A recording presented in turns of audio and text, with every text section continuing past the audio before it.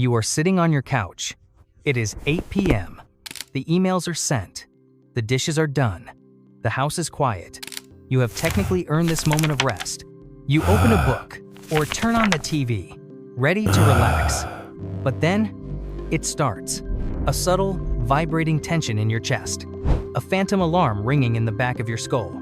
Your eyes scan the room, looking for something, anything that needs fixing. You stand up. You check the door lock. You wipe a counter that was already clean. You make a mental list of problems for next week.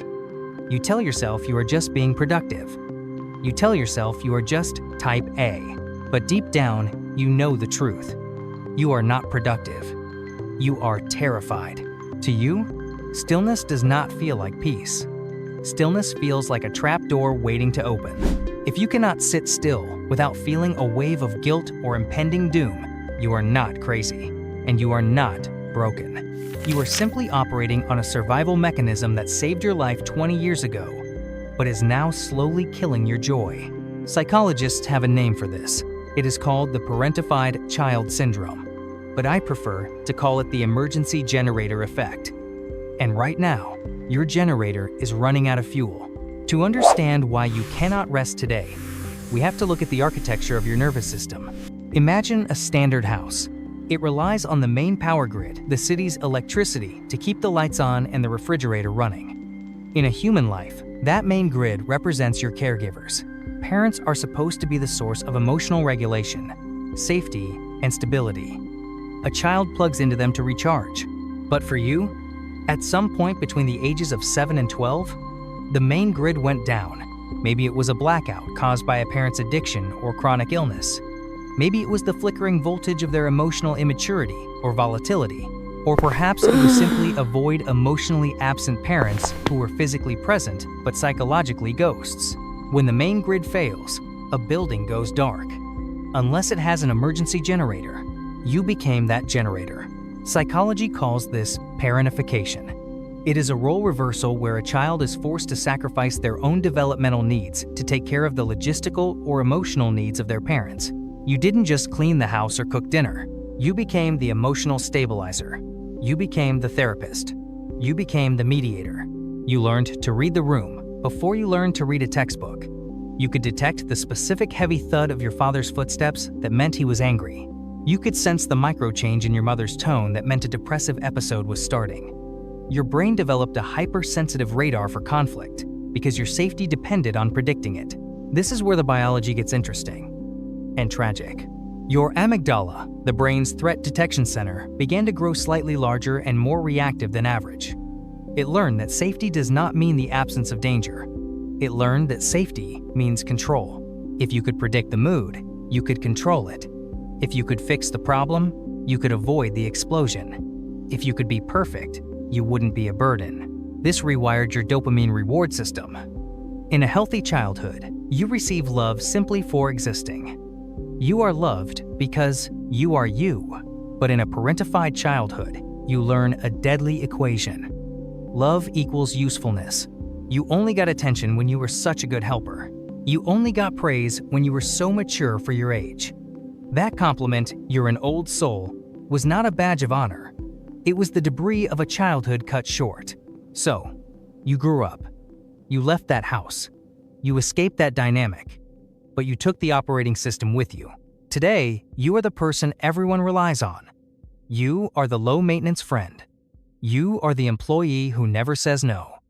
You attract partners who are projects, people who need fixing, saving, or managing. Why? Because chaos feels familiar. Chaos feels like home. When you meet someone stable, consistent, and kind, you don't feel relieved. You feel bored. Or worse, you feel anxious. You find yourself waiting for the other shoe to drop because your brain literally does not have a neural pathway for unconditional safety. It keeps checking the generator, greasing the gears, waiting for the blackout that never comes. This brings us back to that moment on the couch. When you try to rest, your brain interprets the lack of doing as a lack of value. Your inner critic, that voice of the frightened child, whispers, "If I am not useful right now, I am vulnerable. If I am not solving a problem, I do not exist." You are exhausted, not because you are doing too much physically, but because you have been structurally bearing the weight of the world since you were in elementary school. Your generator has been running for 20 years straight, and the engine block is starting to crack. Now, here is the twist. The part of the story that most therapists forget to tell you. I want you to look at that broken engine again. The tragedy of your childhood was real. The pain was real. But the skills you built in the fire, those are not imaginary, and they are not useless. In the process of surviving your environment, you developed a set of cognitive tools that most people take decades to learn, if they learn them at all. You didn't just survive. You adapted. You became a super sensor. Think about it. In a boardroom, while others are oblivious, you can sense the tension shifting before a word is spoken. In a crisis, while others panic and freeze, your heart rate actually slows down. You become laser-focused. You know exactly what to do, who to call, and how to organize the chaos. Why? Because for you, a crisis isn't an emergency. It's Tuesday. Your brain is wired for high-speed data processing. You are fluent in the hidden language of microexpressions. You are a master of emotional logistics. You possess an empathy so acute, it almost feels like telepathy. Shutterstock. Society rewards this. In fact, the modern world runs on the backs of the parentified. We are the best project managers, the most empathetic nurses, the most intuitive leaders. We are the ones who get it done because we are terrified of what happens if we don't. So, the goal of healing is not to destroy this part of you. If you try to fix yourself by becoming selfish or numb, you will fail. You cannot simply delete your operating system, and you shouldn't want to. The problem isn't the generator. The problem is that you are running a high-performance industrial generator to power a reading lamp. You are using crisis energy for peaceful moments. You are applying the same intensity to choosing a dinner spot as you would to defusing a bomb. You are over-functioning in relationships where the other person is perfectly capable of walking on their own. You have been treating your superpowers as a mandatory tax you have to pay to exist. You think you owe the world your competence, but here is the reframe. Competence is a tool, not a rent payment. You are not a broken child anymore. You are a high-performance adult who simply forgot where the off switch is located. The shift happens when you move from compulsive helping to conscious choice. You can still save the day. But for the first time in your life, you need to realize that the sun will still rise tomorrow, even if you don't pull it up yourself. So, how do we switch back to the main grid? You cannot think your way out of this. You cannot analyze your anxiety away. You have to feel your way out. You have to teach your body, cell by cell, that rest does not equal danger. I want you to try one micro-experiment this week. I call it the drop. Find one small ball you are juggling. Just one. Maybe it is the need to reply to a text immediately. Maybe it is the urge to fix a friend's bad mood. Maybe it is the dirty coffee cup in the sink. I want you to look at it. Feel the urge to fix it rise in your chest. Feel that familiar vibration of guilt. And then, do nothing. Let the text sit for an hour. Let the friend figure out their own feelings. Let the cup stay in the sink. Sit with the discomfort. Watch it spike. But then, and this is the crucial part, watch it fade.